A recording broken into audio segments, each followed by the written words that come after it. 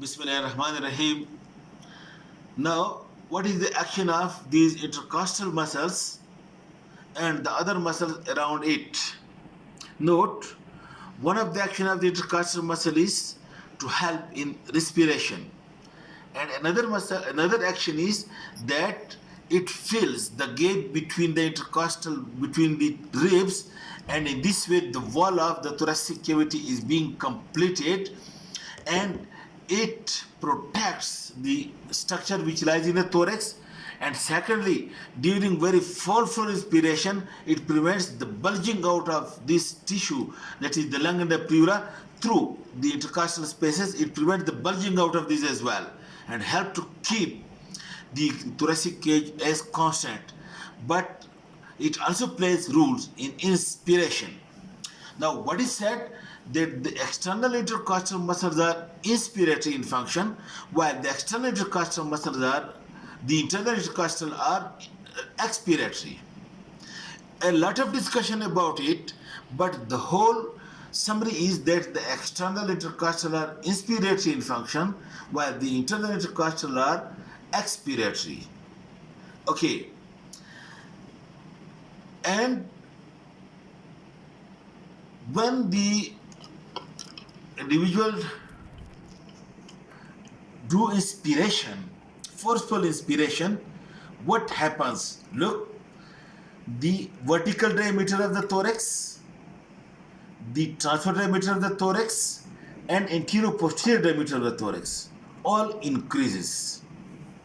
Look, the vertical diameter of the thorax, that is superior inferior diameter, it increases and decreases simply because of the movement of the diaphragm. You look, the diaphragm is dome shaped, the convexity is toward the thorax. So when the diaphragm contracts, the dome descends downward up to this level, and the thoracic cavity, the vertical diameter is being increased in inspiration. And when the diaphragm relaxes, the dome again ascends upward into thoracic cavity, and this superior inferior diameter or vertical diameter is being decreased. So the vertical diameter increase and decrease, it is because of the contraction and relaxation of the diaphragm. Then note another point, that the transverse diameter and the anterior posterior diameter, it is being increased because of the movement of the ribs. Note one point. I told you while I was telling you the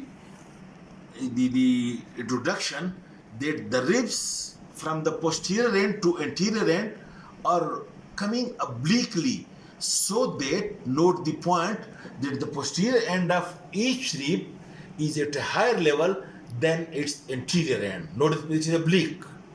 The posterior end, this one, it is at a higher level, a superior level, than the anterior end, which lies at an inferior level. Secondly, the ribs are being attached over here anteriorly through the costal cartilages with the sternum. Alright. So, look, when the ribs are being elevated like this upward, when the ribs are being elevated upward, the sternum also elevates upward. And the sternum elevates upward, and the angle between the manubrial sternum is also being changed because of this upward movement of the thoracic cage or the ribs.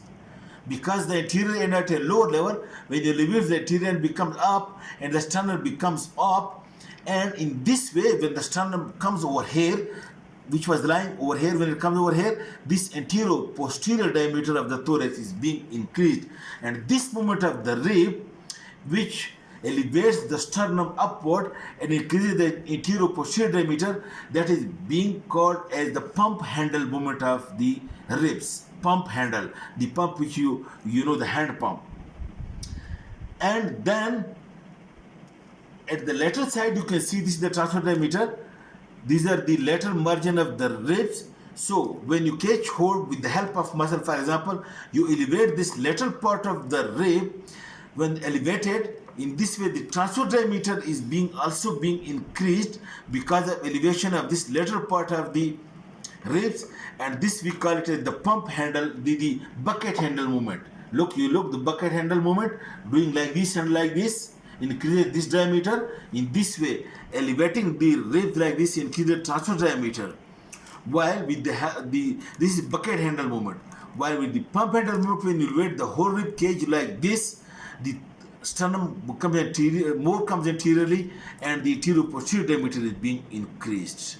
In this way, during respiration, the ribs, because of the movement of the ribs, the anterior posterior direction is being increased with the help of the pump handle movement, while the transverse diameter is being increased with the help of the bucket handle movement, while the superior inferior diameter is being increased with the help of the diaphragm. While at the same time, during inspiration, don't forget that these muscles, look, coming from above, that is sternocleidomastoid, these muscles, when it comes over here and get attached to the manubrium of the sternum, it also elevates the sternum upward. And this quadratus lumborum, it also fixes the diaphragm lower down, the lower ribs, and the pectoralis major, and these muscles also helping in inspiration. These are the called as accessory muscles of inspiration, but at this time we are confined to the external and internal intercostal muscles, which increases and decreases the thoracic cavity for inspiration and expiration along with the diaphragm. And if more forceful inspiration is being needed, then the extra or accessory muscle inspiration, for example, this pectoralis major, and then the other muscles, the sternocleidomastoid, etc., they also come into play. This is all about the intercostal muscles and the movement of the thoracic cage. Okay, thank you very much.